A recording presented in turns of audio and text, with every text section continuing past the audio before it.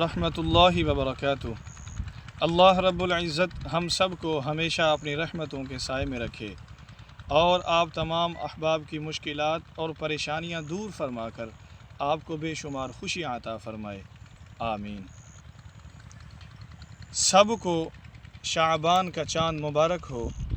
رمضان المبارک کی خوشبوئیں فضاؤں میں بکھرنے لگی ہیں، رحمتیں، برکتیں اور مغفرت کے لمحے قریب آ رہے ہیں۔